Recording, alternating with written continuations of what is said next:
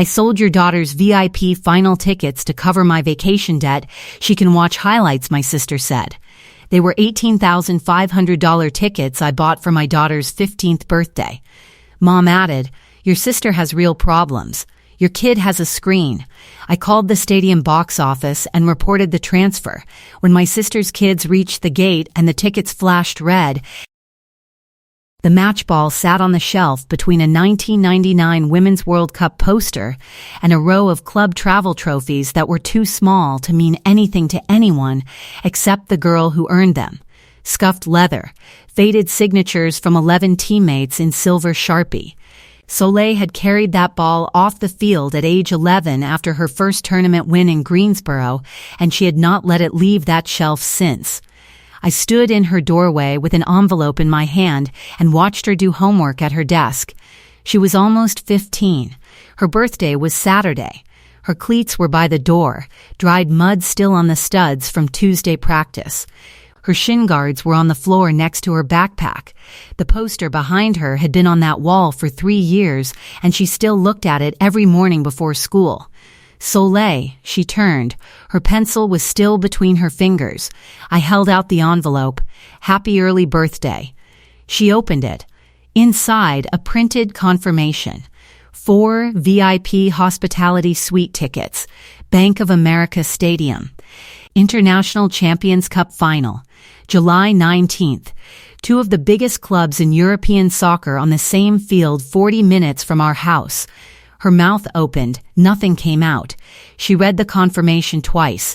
She looked at the names on the tickets. Soleil Kern, Petra Callis, Annika Callis, Nadia Kern. Mom, her voice cracked at the edges. These are suite tickets, hospitality suite, field level. You can see the tunnel. She put the confirmation on her desk and stood up and put her arms around me and pressed her face into my shoulder, and she held on. She did not say anything else. She just held on. 15 years old, and she still hugs the way she hugged at 7, with her whole body. No reservations, no self-consciousness. I had paid $18,500 for those tickets. That number would have made most people flinch, but I run Kern Florals out of a warehouse on South Boulevard in Charlotte, and Bank of America Stadium has been my biggest client for 6 years. I supply the VIP hospitality suite arrangements, the press room centerpieces, and the sponsor event installations for every Panthers game, every concert, and every special event that runs through that building. Langston, the box office operations manager, gave me the vendor rate. I had been saving for Soleil's 15th since September. I put $20,200 a month into a separate account for 8 months. $18,500 for a girl who kicks a ball around a field 3 times a week and watches every international match on a laptop screen she props on her knees in bed, for the girl who deserved to see it live. That was a month before the match.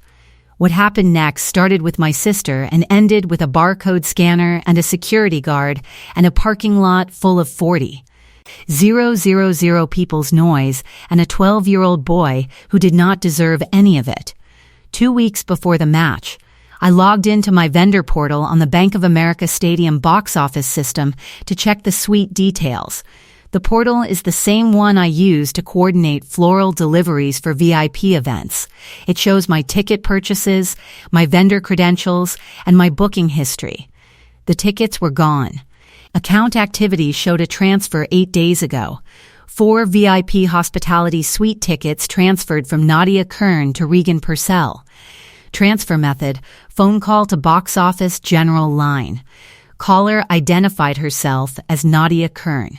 Provided the last 4 of my business card and the booking confirmation number, which had been printed on the confirmation sheet I showed Mom at Sunday dinner the week after Soleil's reveal. The sheet I left on her kitchen counter while I went to the bathroom. The sheet Regan must have photographed with her phone while nobody was looking.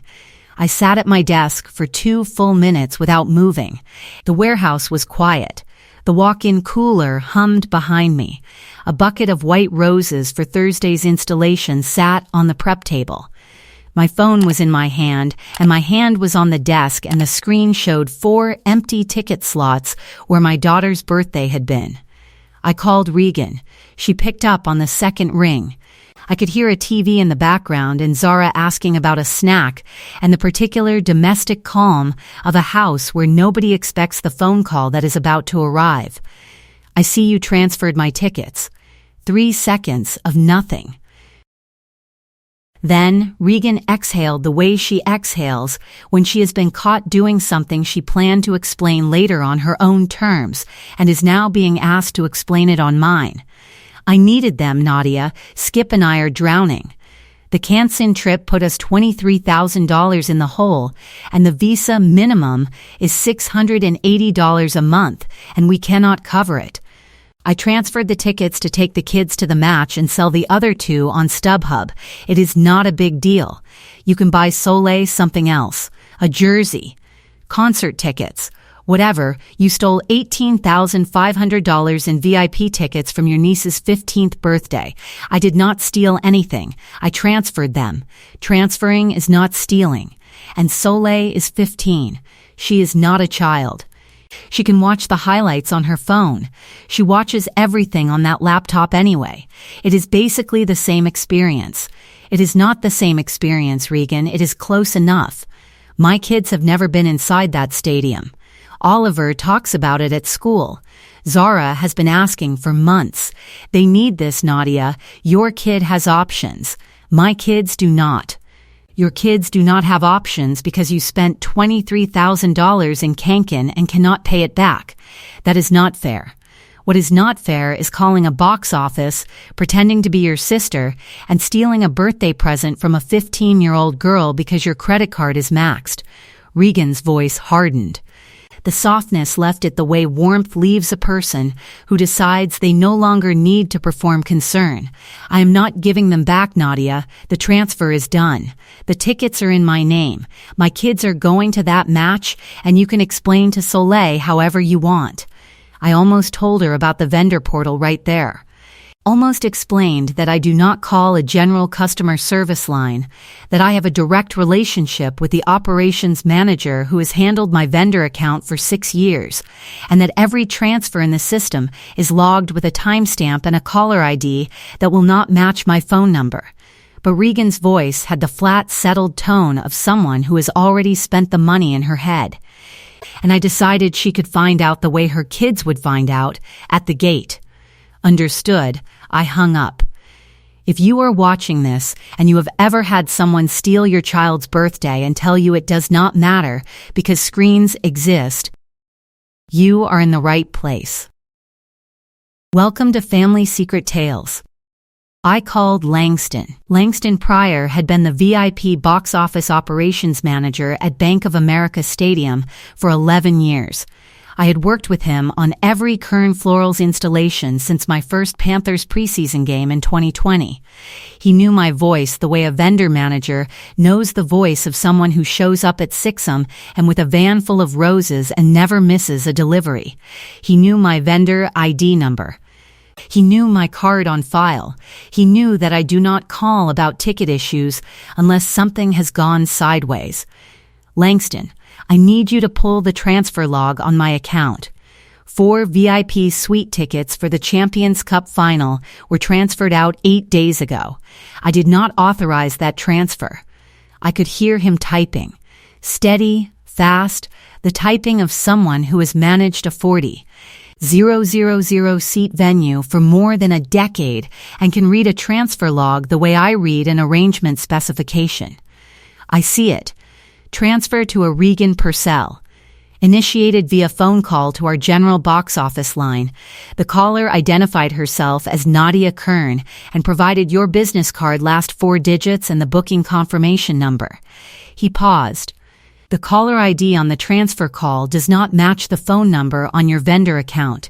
Different area code, different carrier. That is my sister's phone number. She impersonated me. Langston was quiet for 2 seconds. I can flag this as an unauthorized transfer and void all 4 tickets immediately.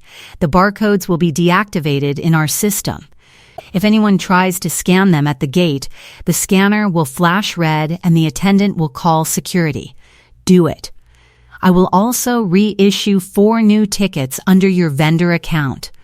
Same suite, same seats, new barcodes. They will be in your vendor portal within the hour. Your wristband credentials will be updated to match. Thank you, Langston. Nadia, his voice dropped slightly. There is something else you should see. 2 of the 4 transferred tickets were listed on StubHub through our venue integration platform. 1 ticket has already been purchased by a buyer for $4,600. The second is still listed at $4,600. Both listings are registered to a seller account under the name Regan Purcell. My sister had not just stolen my daughter's birthday tickets, she had put half of them up for sale. She was planning to sit in the suite with her children using 2 of the tickets and pocket $9,200 from the other 2. $9,200 from tickets I bought with 8 months of $2,200 deposits. $9,200 scraped off a 15-year-old's birthday to pay down a Cancún credit card she never should have swiped. I could feel the anger in my hands, not shaking. Pressing, the flat, heavy pressure of a woman who arranges flowers for a living and knows that the most important part of any arrangement is the structure that holds the visible pieces in place. Remove the structure and everything falls. Flag the StubHub listings as unauthorized resale of voided tickets, I told Langston, and send me the seller notes if there are any. He emailed them within 10 minutes. Regan had written a note on her StubHub listing, funds needed to cover urgent travel debt. Serious buyers only. Urgent travel debt. The Cancún trip.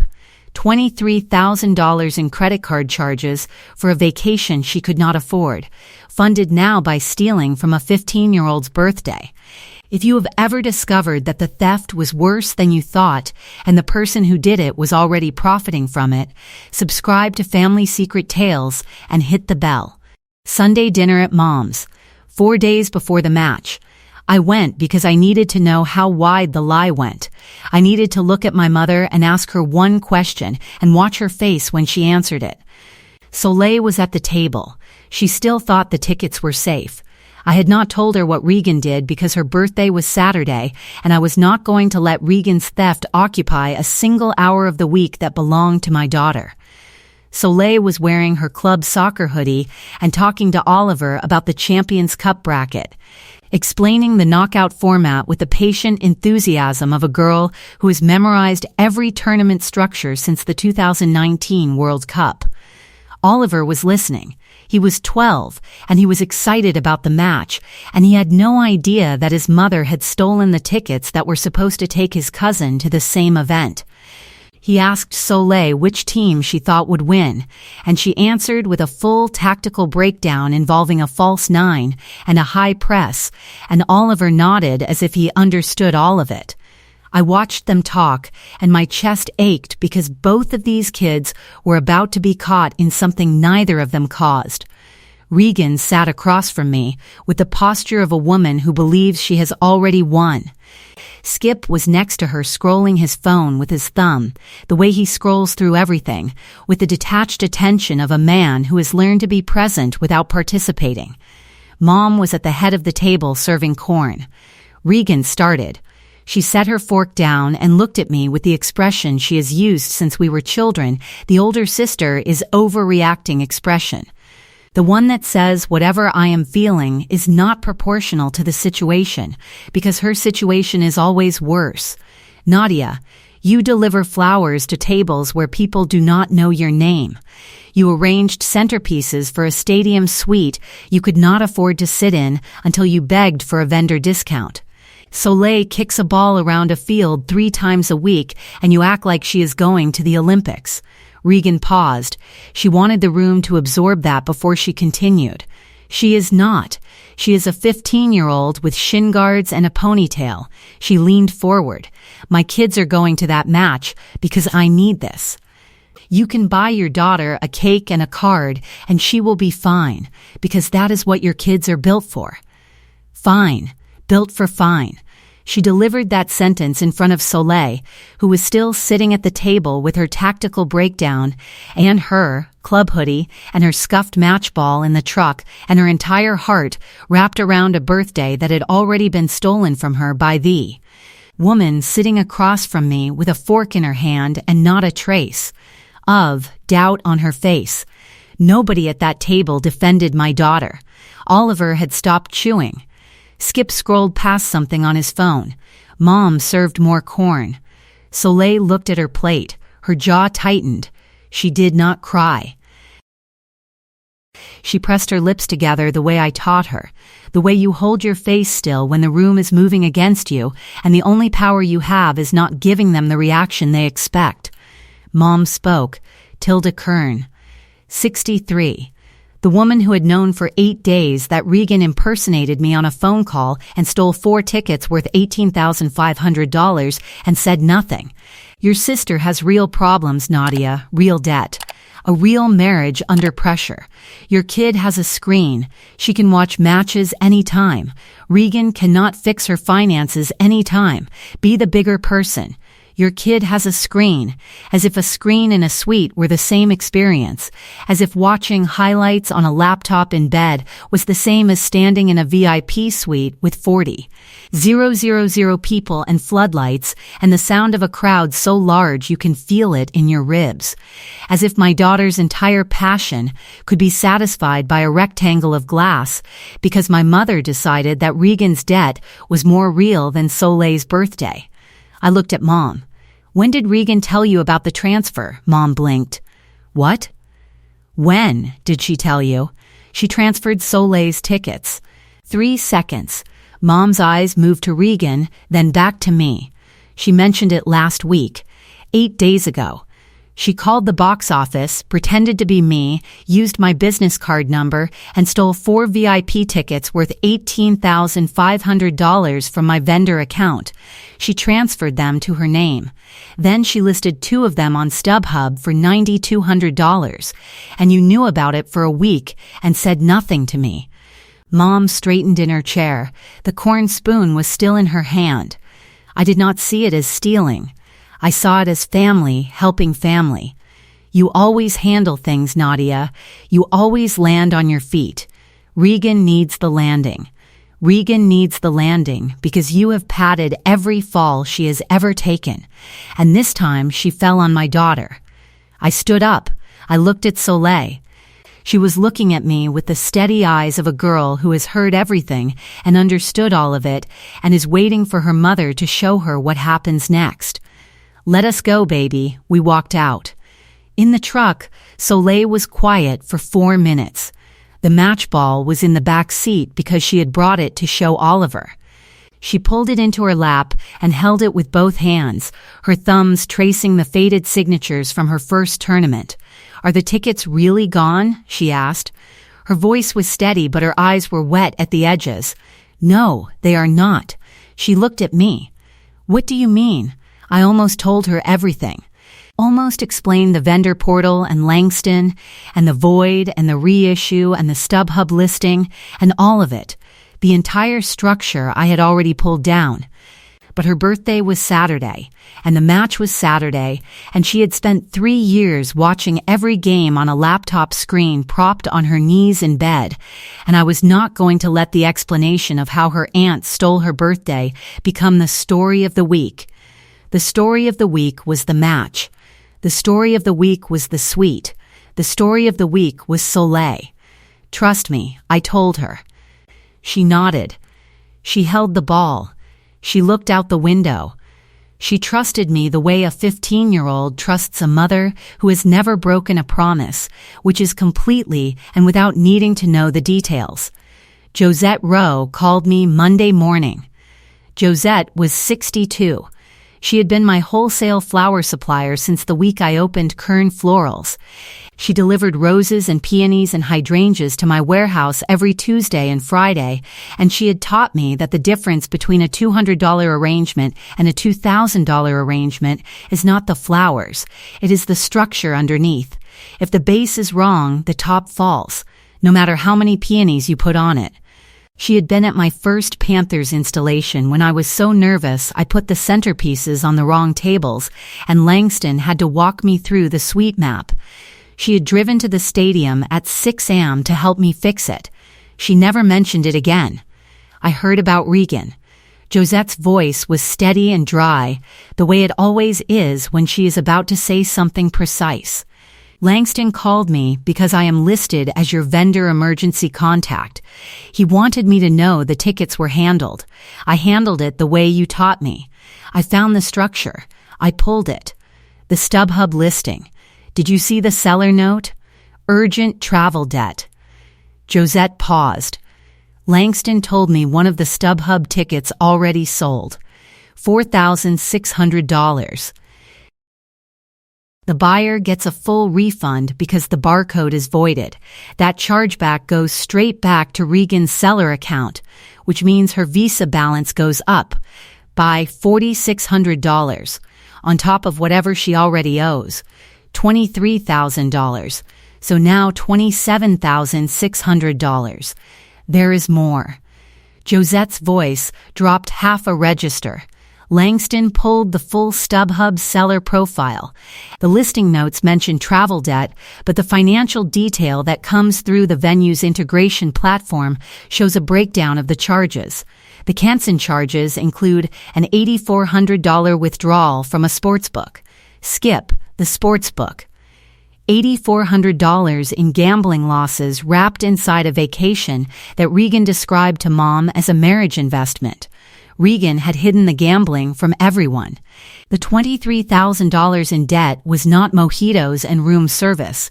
Nearly $8,400 of it was poker tables and sports bets at a resort casino. And my sister decided to cover it by stealing from a 15-year-old who keeps a scuffed match ball on her shelf like a trophy. Match day. Saturday, July 19th, Soleil's 15th birthday. I picked up Soli at 8. She was wearing her club soccer jersey, the one with her number on the back. She had her hair in the ponytail Regan had mocked at the dinner table, the shin guards and ponytail girl, the one who was built for fine. We picked up Petra and Annika at 9. Petra was wearing a matching jersey she had bought with her own babysitting money. The two of them sat in the back seat talking about the starting lineups and the predicted formation, and which side the stadium got afternoon sun, and whether the atmosphere would be louder than the Women's World Cup final they had watched together on Soleil's laptop last year. The stadium parking lot was already filling at 3. 40,000 people. The Bank of America Stadium towers rose above the lot, and the light hit the glass at the top, and the flags were snapping in the Carolina wind. Families in jerseys, couples in team scarves, groups of teenagers with face paint and air horns. The sound of a crowd that large is different from anything you hear on a screen. It is not just volume, it is weight. The sound presses against your chest and your ears and the bottom of your feet all at the same time. Soleil stopped walking. She stood in the parking lot with her jersey and her ponytail and her eyes wide open, and she looked at the stadium the way a person looks at something they have imagined 10,000 times and is now standing in front of them in concrete and glass and steel. Mom, her voice was barely a whisper. It is so big. Wait until you hear it from inside. I almost cried right there in the parking lot between a minivan with a bumper sticker and a tailgate group grilling bratwurst. Almost let the tears come because my daughter was standing in front of the thing she loved most in the world and the woman who tried to take it from her was somewhere in Charlotte explaining to her husband why the StubHub charges were being reversed, and the woman who let her take it was somewhere in her kitchen serving corn. But Soleil was smiling, and the stadium was right there, and the moment belonged to her. We entered through the VIP gate. Langston had left my name at the credential desk. 4 wristbands, suite access, field-level hospitality. The attendants scanned our wristbands and the screens flashed green, which is a color I will never take for granted again. Green means valid. Green means you are supposed to be here. Green means nobody stole your seat. The suite was on the second level, east side, overlooking the midfield line. Floor-to-ceiling glass. Leather seats. A small bar with sodas and sparkling water. A canapé spread on the counter, bruschetta, smoked salmon, fruit, miniature pastries. Soleil walked in and put her hands on the glass railing and looked down at the field and did not speak for 30 seconds. Petra stood beside her. Their reflections stared back from the glass.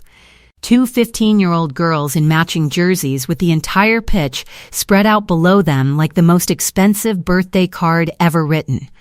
Josette arrived at 4. She walked into the suite with a small bouquet of white daisies in a glass vase. She put it on the counter next to the canapes.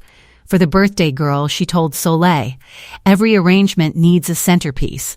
Soleil laughed. The first real laugh I had heard from her since Sunday dinner.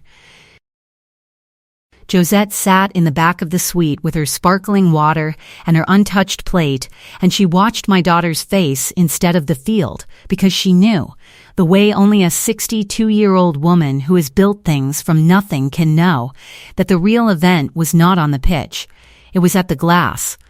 If you have ever watched your daughter walk into a stadium for the first time and seen her face become the face of someone who cannot believe the world is this large and this loud and this real, you know why I did what I did. You know why the barcodes went red. You know why I chose this over silence. At 4:47 p.m., 13 minutes before kickoff, Regan's car pulled into the stadium lot. Oliver was in the passenger seat with his window down, looking at the stadium towers. Zara was in the back, bouncing in her booster seat. All three wore matching T-shirts Regan had ordered online, Kern Family Soccer 2026 in white block letters. She had used my last name, not Purcell. Kern, my name, was on her children's shirts for a match she was attending with tickets she stole from my daughter. They walked across the parking lot together, Regan holding Zara's hand, Oliver 3 steps ahead, scanning the crowd for the entrance. They walked to Gate C. The line was moving. Families streamed through, scanners beeped green, wristbands activated, turnstiles clicked, the ordinary choreography of 40,000 people entering a building they have paid to be inside. Regan held up her phone with the mobile tickets. The attendant scanned the first one. The screen flashed red. The attendant scanned the second. Red, third, red, fourth, red, 4 barcodes, 4 voids. 4 red screens in a row. The attendant looked at Regan.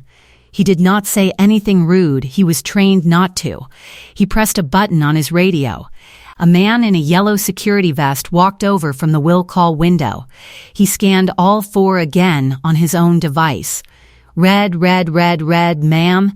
These tickets have been flagged as an unauthorized transfer. They have been voided by the box office. I cannot admit you or your children.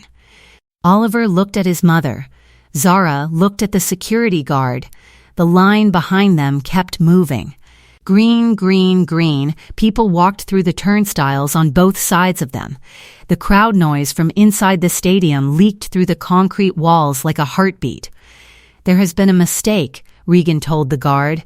Her voice was tight. These tickets are mine. They were transferred to my name. The transfer was flagged by the account holder. The tickets are void. You would need to contact the box office to resolve this, but the box office window closes 15 minutes before kickoff. Regan looked at the clock above the gate. 4:51 p.m. kickoff at 5. The box office was already pulling its shutters down. Regan called me at 4:53 p.m. I was in the suite. Soleil was at the glass watching the teams warm up. Petra was next to her. The field was green under the floodlights even though it was still daylight. A warm-up ball hit the crossbar and Soleil flinched and laughed. The crowd was already singing something I did not recognize, but Soleil knew every word. My phone buzzed. Regan, I almost did not answer. Almost let her stand at that gate with her matching T-shirts and her voided barcodes and figure it out on her own, the way she expected Soleil to figure out a birthday without tickets. But Oliver was at that gate too. And Zara. And they did not do this. I picked up. What did you do? Regan's voice was high and tight and cracking at the edges. The tickets are not working. We are at Gate C. The scanner went red. They called security. Oliver is standing here looking at me. Zara is asking why we cannot go in. What did you do, Nadia? I kept my voice flat. The voice I use when I am explaining to a venue manager that the arrangement specifications have changed and the installation is final and there is nothing left to renegotiate. You transferred 4 tickets from a vendor account. Langston flagged them in 9 minutes. Your kids are at the gate. Soleil is watching from the suite. 4 seconds of silence. I could hear the crowd noise through Regan's phone. 40,000 people on the other side of the wall she could not get through. You cannot do this to me. Regan's voice broke. My children are standing at the gate in the sun. Oliver is looking at me like I ruined his life. Zara does not understand. Soleil did not understand either. She sat at Mom's table and listened to you call her a ponytail with shin guards and tell her she was built for fine. She understood that. Nadia, please, let my kids in. They are innocent. They did not do any of this. No, they did not. You did. You impersonated me on a phone call. You transferred my vendor tickets without authorization. You listed 2 of them on StubHub for $9,200. And you used my daughter's 15th birthday to cover a gambling debt your husband ran up at a sports book in Cancún. The noise on Regan's end shifted. I could hear Zara now, a thin, high sound that meant she was crying. Oliver's voice, quiet, trying to calm her. How did you know about the sports book? Regan's voice was barely a whisper. StubHub seller notes. Langston is a vendor contact. He sees everything. The whole platform. The whole profile. The $8,400. All of it. She hung up. The fallout came in 3 layers. The financial hit landed first. StubHub flagged Regan's seller account and removed both listings. The 1 ticket that had already been purchased by a buyer triggered a chargeback. $4,600 returned to the buyer, deducted from Regan's linked payment account. Her Visa balance went from $23,000 to $27,600. The second listing was pulled before it sold. StubHub's fraud team sent Regan a notice, unauthorized resale of voided tickets, account suspended pending investigation. She deleted the StubHub app from her phone as if that would make the investigation go away. The social fallout happened at the gate in real time. Regan had to explain to Oliver and Zara why they could not go in. Oliver was 12. He looked at the security guard, and then at his mother, and then at the gate where hundreds of people were streaming through with valid tickets and green scanners. He did not cry. He folded his arms across his chest, and his jaw tightened, and he looked at the concrete under his sneakers, and he understood. He understood in the way that 12-year-olds understand things they cannot articulate. His mother had done something, and this was the result, and the matching T-shirts with Kern family soccer on them were not going to fix it. Zara did not understand. She was 9. She had been told they were going to a soccer match. She could hear the crowd inside the building. She could see other kids walking through the turnstiles with popcorn and foam fingers and face paint. She held the hem of her matching T-shirt away from her body and looked at it as if the shirt was the thing that was broken. She cried for 4 minutes, not a tantrum. The quiet, confused crying of a child who has been promised something and is standing close enough to hear it happening without her. A security guard offered them a bench near the parking garage entrance. Regan sat on it with Zara on her lap, Zara's face pressed against her shoulder, the Kern family soccer letters crumpled between them. Oliver stood 3 feet away with his arms still folded. He did not sit down. He watched the last of the crowd file through Gate C, and then he watched the gate attendant close the turnstile barriers, and then he looked at his mother, and then he looked at the parking lot, and he did not sit down. Regan drove home during the first half. The stadium was behind her. She could hear the crowd noise through the concrete walls of the parking structure as she pulled out of the space. 40,000 people cheering a match her children were supposed to be watching from the seats she stole. The matching t-shirts she had ordered online were wrinkled now. Oliver had pulled at his collar until the stitching stretched. Zara's shirt had tear tracks down the front where she had wiped her face with the fabric. Oliver was silent in the passenger seat, with his arms folded and his jaw set. He had not spoken since the security guard told them to step aside. He was 12, old enough to understand that the red scanner was not a glitch. Old enough to understand that his mother had done something and that the consequence was standing at a gate watching thousands of people walk through while he could not. Zara fell asleep against the window before they reached I-77. Her cheek pressed against the glass.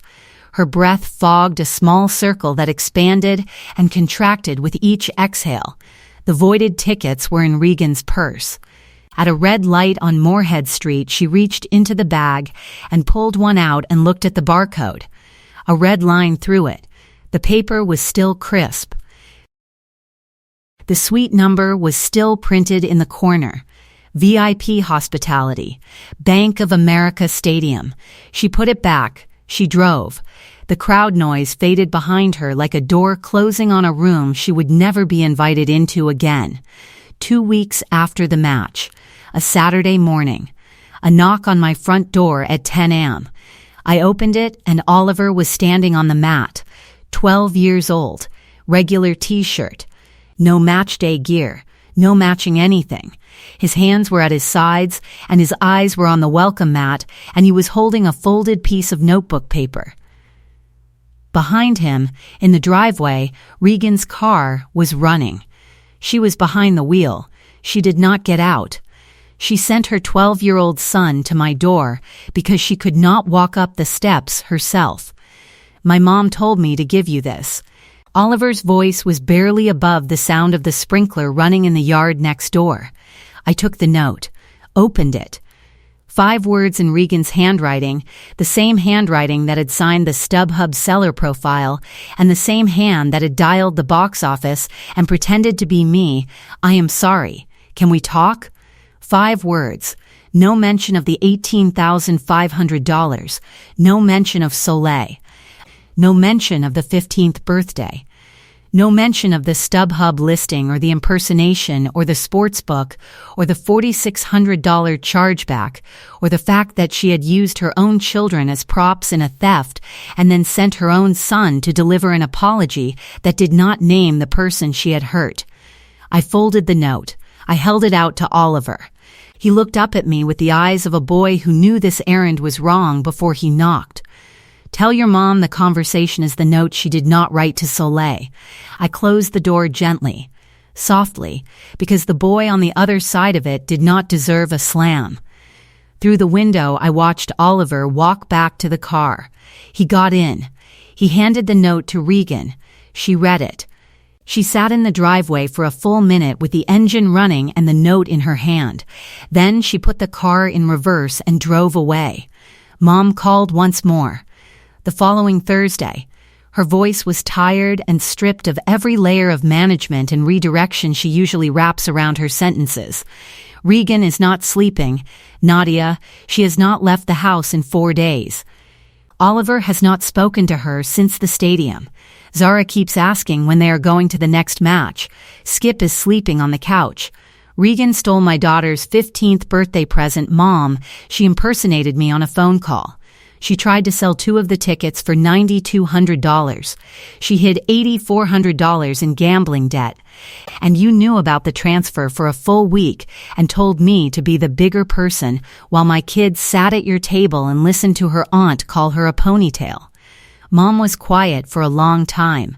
I could hear her kitchen clock ticking, the same clock that has been in every kitchen she has lived in for 30 years. What do you want me to say, Nadia? I wanted you to say something 8 days before the match.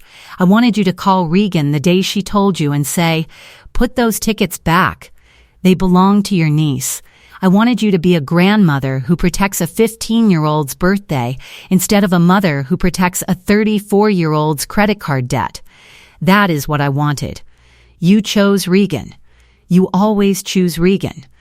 Every time there is a room where someone is standing with something broken and someone else is standing with the hammer, you hand Regan the broom and tell me to sweep up what is left. She did not respond. The line stayed open for 6 seconds. I could hear her breathing. Then the line went dead. The silence was not an accident. It was the only honest thing she had said all month. But the match is what mattered. Second half, 74th minute. The score was 1-1. The stadium was vibrating. 40,000 people on the edge of every seat. The VIP suite had floor-to-ceiling glass, and you could feel the bass of the crowd through the soles of your shoes. Soleil was standing at the glass with Petra, both in their jerseys, both leaning forward, both holding the railing with white knuckles. Josette was in the back of the suite with a glass of sparkling water and a plate of untouched canapes. She was not watching the field. She was watching Soleil's face.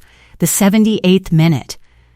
A through ball down the left channel, threaded between two defenders with the kind of weight that only a world-class midfielder can put on a pass. The striker took one touch to control. The goalkeeper came out, committed, diving left. The ball went over his outstretched glove and into the far corner of the net, and the net rippled and the stadium erupted. The sound was not like television. Television compresses crowd noise into a single layer. In the stadium, it came from everywhere at once, from below and beside and behind. From the concrete and the glass and the soles of my shoes. It hit my chest. It hit my ribs. It filled the suite like water fills a room. Soleil screamed. Not a word. A sound.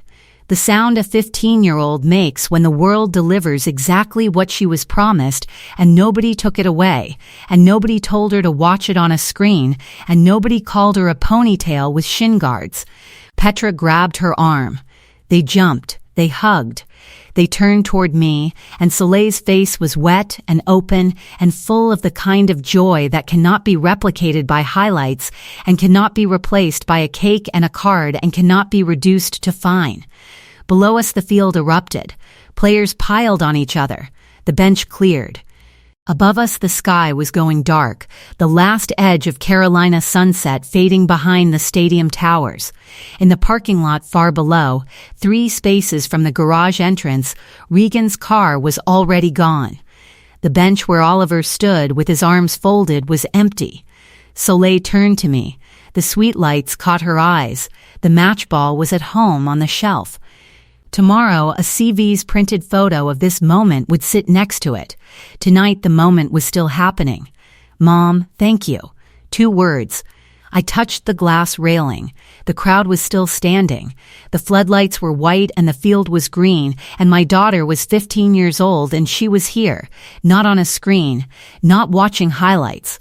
Here, in a VIP suite, her aunt tried to steal, and her grandmother tried to excuse, and her mother refused to lose. Somewhere on I-77, Regan was driving home with a sleeping 9-year-old against the window and a silent 12-year-old in the passenger seat, and a voided barcode in her purse.